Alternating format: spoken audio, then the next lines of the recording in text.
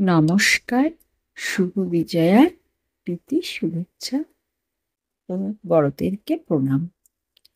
আমার চ্যানেলে সকলকে স্বাগত জানিয়ে আজকে আমি একটি নতুন রেসিপি শুরু করব। রেসিপিটি খুবই সহজ এবং খুবই স্বাদযুক্ত হয়। ছোলার ডাল নিয়ে নিয়েছি, ছোলার ডালকে ভালো করে ধুয়ে নিয়েছি। এবার পরিমাণ মতো জল দিয়ে আমি ইন্ডাকশানে বসিয়ে দিয়েছি। টাইমটাকে সেট করে দেব,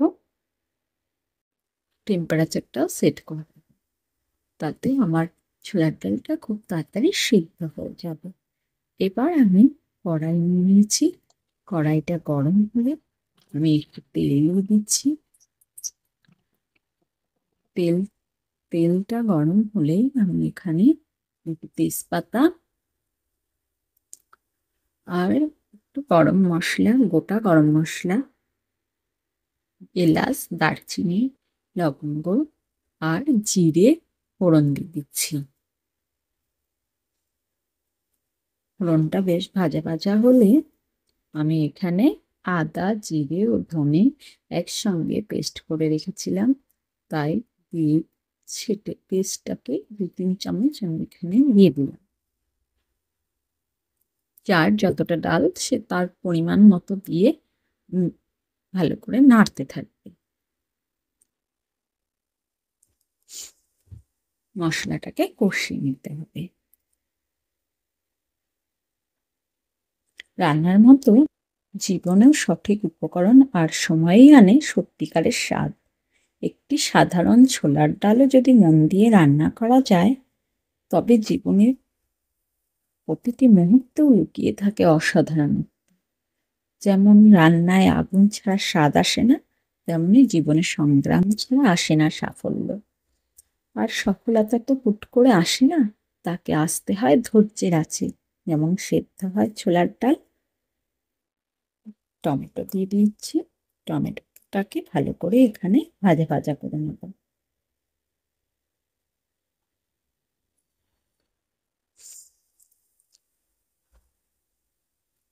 রান্নাঘরের ঘ্রাণের মতোই হোক আপনাদের স্বপ্ন পূরণের যাত্রা, নির্ভুল, ধৈর্যশীল ও সুস্বাদু।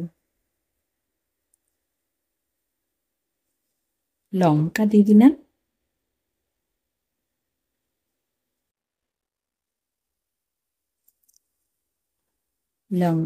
লঙ্কার ঝালটা যে যেমন পছন্দ করে সে তেমন দেবেন। আমি যেমন এখানে লঙ্কাটা গোটাই দিয়েছি, কেননা খুব ঝাল আমরা খেতে পারি না। এখানে লঙ্কার গুঁড়োও অ্যাড করতে পারেন বা কাঁচা লঙ্কা পেস্ট করে দিতে পারেন। যার যেমন স্বাদ সে তেমন ভাবেই দেবেন। আপনি হয়তো আজ যেখানে আছেন তা আপনার শেষ গন্তব্য নয়, এটা কেবল শুরু। সাহস রাখুন,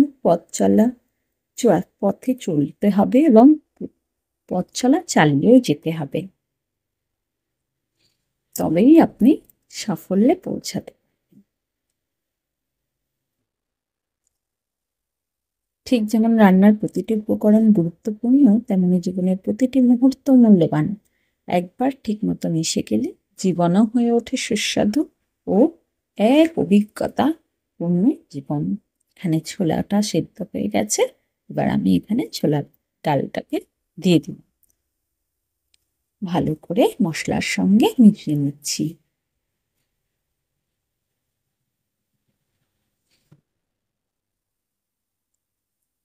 সুন্দরভাবে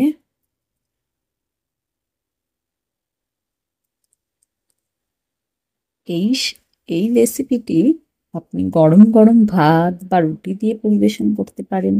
বাঙালির ঘরের সহজ অথচ অসাধারণ স্বাদের ছোলার ডাল।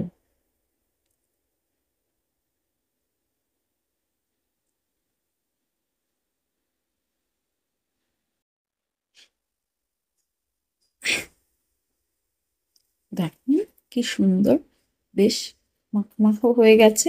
এবার আমি একটি পাত্রে ঢেলে নিলাম। এইভাবে আপনি তৈরি করে নেবেন অসাধারণ স্বাদের ছোলার ডাল। আশা করছি সকলের খুব ভালো লাগলো। ভালো লাগলে একটা লাইক, শেয়ার ও কমেন্ট করে দেবেন। আপনারা সকলে সুস্থ থাকবেন, ভালো থাকবেন।